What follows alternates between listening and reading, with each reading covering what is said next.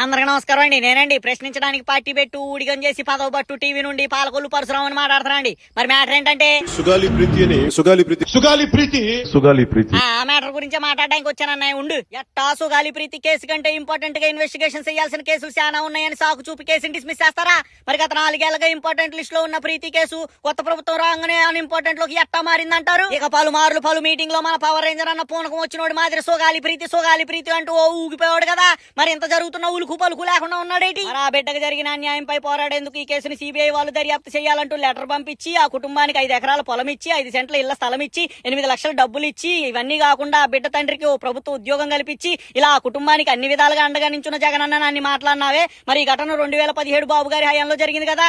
ఏనాడైనా నోరెత్తి న్యాయం కోసం ఆ పెద్ద మనిషిని ప్రశ్నించావటయ్యా నువ్వు? ఇక పలుమార్లు తమ రాజకీయ లబ్ధి కోసం ఆ పసిబిడ్డ పేరు వాడుకున్న నువ్వు పవర్ లోకి వచ్చి 10 నెలలు అవుతున్నా పీకిందేట్లేదు కదా. మరి నిన్నేమనాలి ఇప్పుడు? ఇక నువ్వు పవర్ లోకి రాగానే ప్రీతి కేసులో న్యాయం చేస్తా అని చెప్తే ఆ పసిబిడ్డ తరపున పోరాడతావు అనుకున్నారు గానీ ప్రభుత్వాన్ని స్థాపించి ఆ కేసుని ఆ పచ్చ సైకోలు తమకు ఫేవర్ గా మార్చుకునేలా చేస్తావని ఆ ఫ్యామిలీ గెస్ట్ చేయలేకపోయారు కదటయ్యా. ఇక ఈ విషయంలో పదవి దక్కగానే తన పవర్ ఏంటో చూపిస్తా అని చెప్పిన మన పవర్ రేంజర్ అన్న పొత్తులో భాగంగా పీకేదేం లేదని తెలుసుకొని ప్రాయశ్చిత్తం కొరకు ఏ గుడి మెట్లు కడవబోతున్నాడు అని పలువురు విశ్లేషకులు గుసగుసలాడుతున్నారని సమాచారం అండి. ఉంటా అండి మరి. వేసేసాడు, బాగా వేసేసాడు.